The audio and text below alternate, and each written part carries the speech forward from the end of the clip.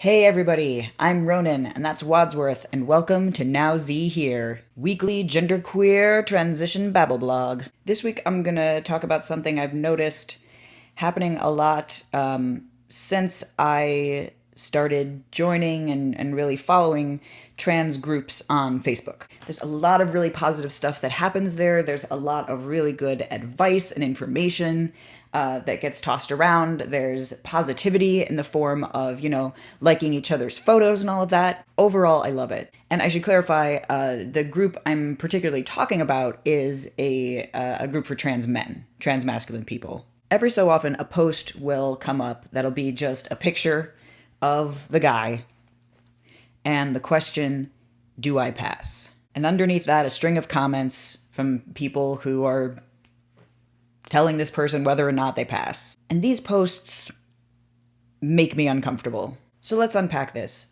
It is true, the goal of a lot of trans people is to pass. You could even say that's the goal of many, many cis people. You're a man, you're a woman, you want people to look at you and immediately think that's a man, that's a woman. You want to pass, you want to be able to move through the world and be recognized as your gender on sight. And that's a way of living, and that's a goal to strive for that I don't want to invalidate at its core. And my own perception of this is colored by the fact that passing isn't my number one goal in life all the time. But the fact is, I find these do I pass posts uncomfortable.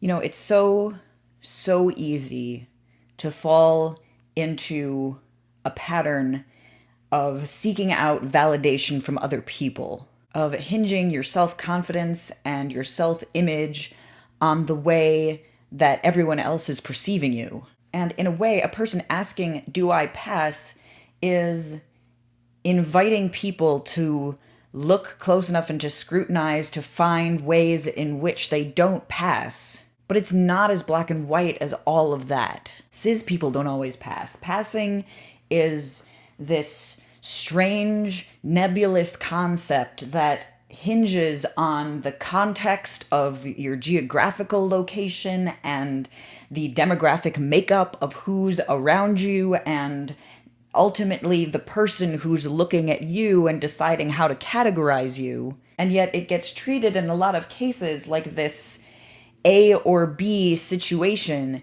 in which you are either passing or you're not. And beyond that, it places a value on the state of being of passing versus not passing, where passing is positive and not passing is a negative. And of course, there are people for whom passing is actually the goal, and there are situations in which not passing could be dangerous. So sometimes it is a matter of a positive versus a negative. I just don't want to lose sight of the fact that it is not a universal thing. And I worry about people who are just starting out on their gender journeys getting drawn into a culture of passing when it may not really be true to themselves. Because it's very easy to fall into that trap.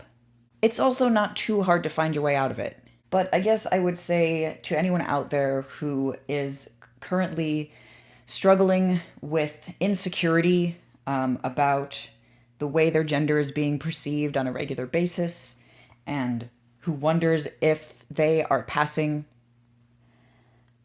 I would just say,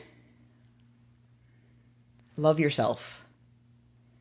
Love yourself, and the rest will come after that. If you can't love yourself,